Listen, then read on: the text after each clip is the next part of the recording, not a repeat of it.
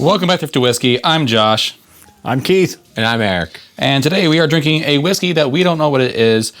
Joyce is going to tell you about it later, but we're just going to try to figure it out and tell you what we think and get some ratings. Got some on my hands.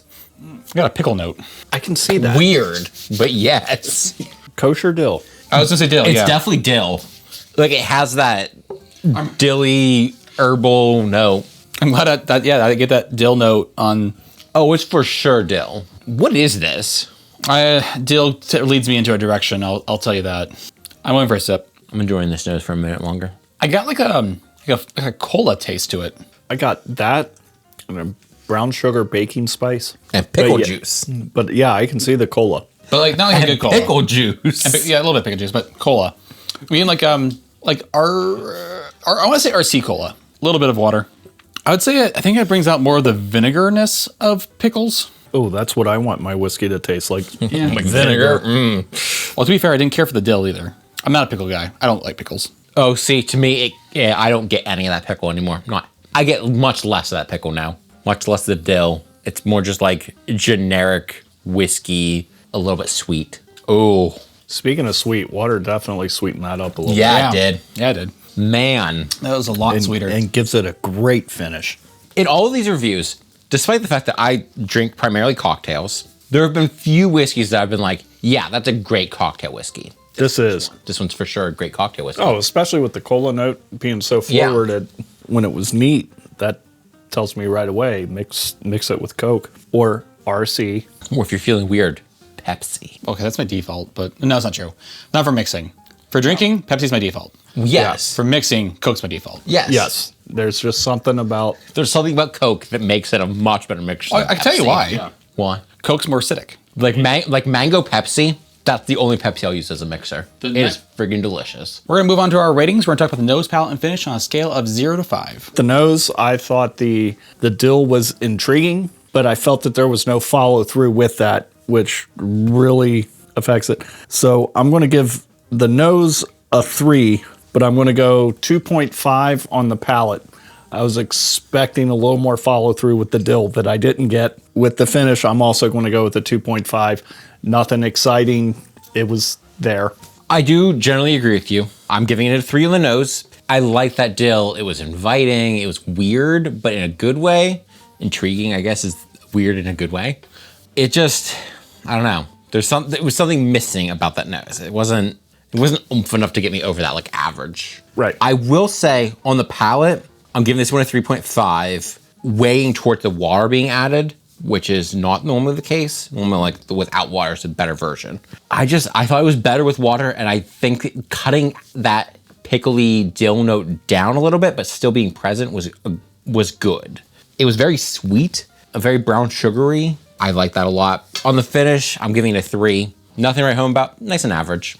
This was a good average whiskey. Well done across the board, but not great. I would agree with that. It's definitely it's a good average whiskey. I wouldn't say it has any faults per se. It's just not exceptional. Like it's Nothing mind blowing either. Right, No. there's no faults here. It's just not great. I'm giving the nose 2.5 just because I don't care for dill. I think if you like dill and like that pickle note, I think you would really enjoy this. And would give it higher ratings. But for me, 2.5. The palate, I agree with Eric. I actually enjoy the palate fine without the water, but definitely leaning towards more with the water because it adds that more sweetness that comes through. So I definitely think this would be an amazing cocktail whiskey. And then on the finish, yeah, 2.5, like nothing amazing, but it wasn't bad. This is perfectly fine. So with that, we're gonna move into our guesses. We're gonna guess what type of whiskey you think this is, what we think the proof is, what we think the retail price is, and then we'll say how much we'd be willing to pay to get a bottle of this on our shelf. I'm asking it to speak to me. Tell me what you are.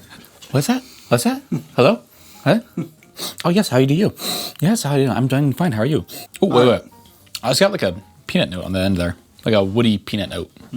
I'm going to go with a 84 Irish, retailing at 22. I would pay 18. I'm going 86. It's American. I don't know beyond that. I think it retails around 18, and I would probably pay around 18. I think this is 86 proof. I'm gonna go with rye, but I'm not confident in American. Ooh, I'm gonna go 25. you're right. I'm gonna go 25 retail. I would pay 20, but because I think this would make an amazing cocktail. Like this would still be a cocktail drink, but I honestly think this in Coke would be amazing. I think you're right. I think it's a rye, but I don't think it's American. Let's go ahead and reveal the bottle. Joyce, tell our viewers what we drank today. Today you were drinking Old Grand-Dad. Old Grand-Dad is a Kentucky straight bourbon whiskey from the Jim Beam Distillery. It uses a high rye mash bill of 63% corn, 27% rye, and 10% malted barley. Old Grand-Dad was created by Raymond B. Hayden in 1882 and named after his grandfather Meredith Basil Hayden Sr. This bottle comes in at 80 proof, which is lower than the original 86 proof that was changed in 2013. We paid $17 for our bottle with an average retail price of around $18. As always, your prices may vary. Enjoy. Old Grand-Dad Bourbon. Ugh, guys. It's another one of those young bourbons that you thought was an Irish. High rye mash bill. It is high rye mash bills. That's probably where the dill came from. But dang, man. So tell us about it. Well, it's an 80 proof bourbon. Yeah, so we're all wrong there. Yeah. Thing does punch above its weight, though, apparently. For a mixer. This kind of explains why people like the Old Grand-Dad 100 proof, because we didn't care for the 100 proof, the Bottle and Bond. But I'm going, maybe the Bottle and Bond's just a really good mixer. It is a good mixer. This bottle retails for about $18. I'd pay 18 for that. For 17, I think that's a good buy. Yeah. I'm just surprised that we got so much dill on that for not being a rye. Like, I'm quite baffled. Baffled is a good word. I think with it being young, it brought out the dill notes? Yeah. That could be it.